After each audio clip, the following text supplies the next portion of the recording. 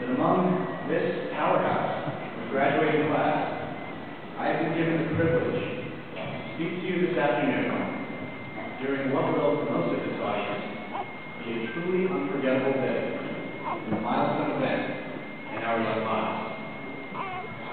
Given this opportunity, it would seem that it is my duty to impart some profound wisdom to the class of 2008, with which they can go forth into the big, wide open world of insulated and well-lit college campuses. I'm sorry to disappoint, but I have no such wisdom. I'm only 18 years old, and although I've lived what I consider to be a fairly interesting life, full of mostly good times, but not without bad times, I'm in no position to offer any of my peers advice in the way of how to survive in the big bad world of insulated and well-lit college campuses. I'll let you know when I have that one figured out.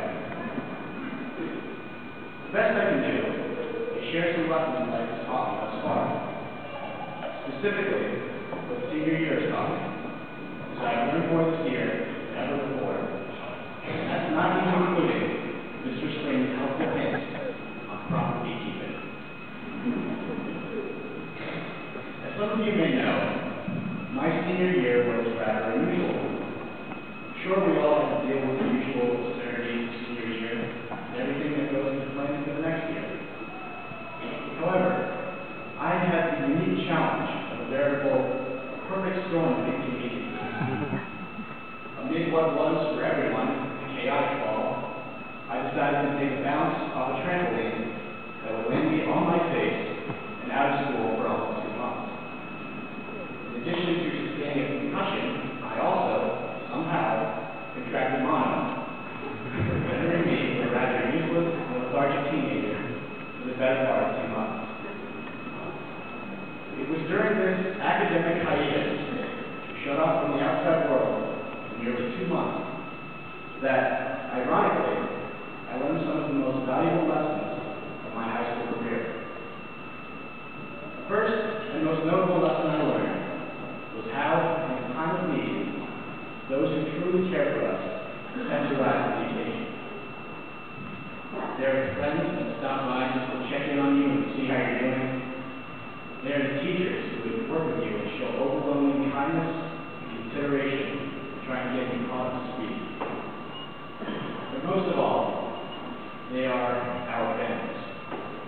I have the most supportive family in the world, which stood by me and believed in me when I did not believe in myself.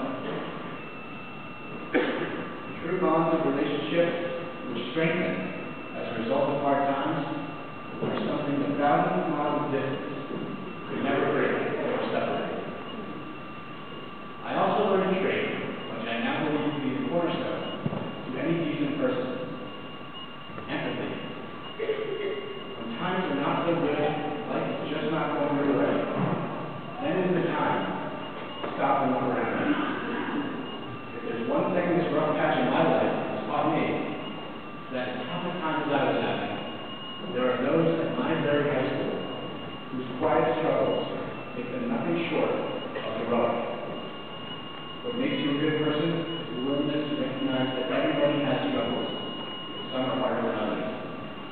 If anything, our personal turmoil should make it easier to empathize with the hardships of others. It is this empathy that will keep us decent and humble human beings throughout our lives. But without a doubt, the greatest lesson I experienced firsthand was perseverance. In writing this speech today, my grandma told me to include a quote. She was probably thinking more along the lines of Benjamin Franklin, John Adams, Thomas Jefferson, or others of the sort.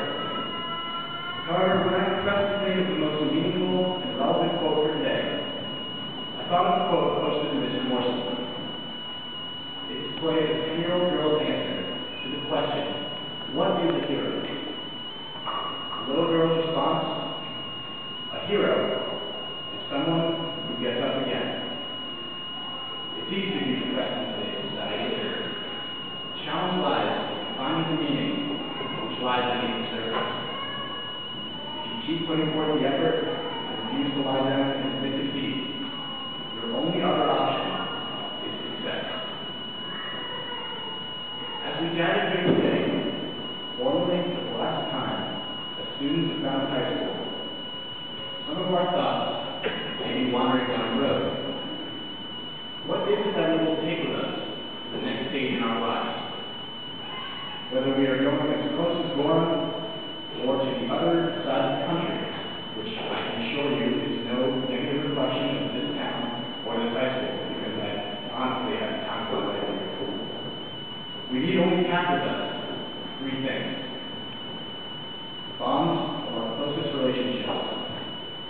quest for empathy, and the drive to get up again. In these three elements, you will have the tools to dig beneath the surface and find purpose. Good luck, bud. You got me. You have made me glad I've gotten up again. Thank you.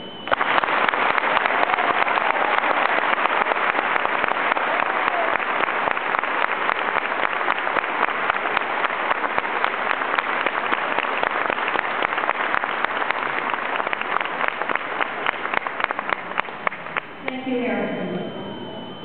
At this time, the class of 2008 will present their class song, Ain't No Mountain High Enough. They will be conducted by Anna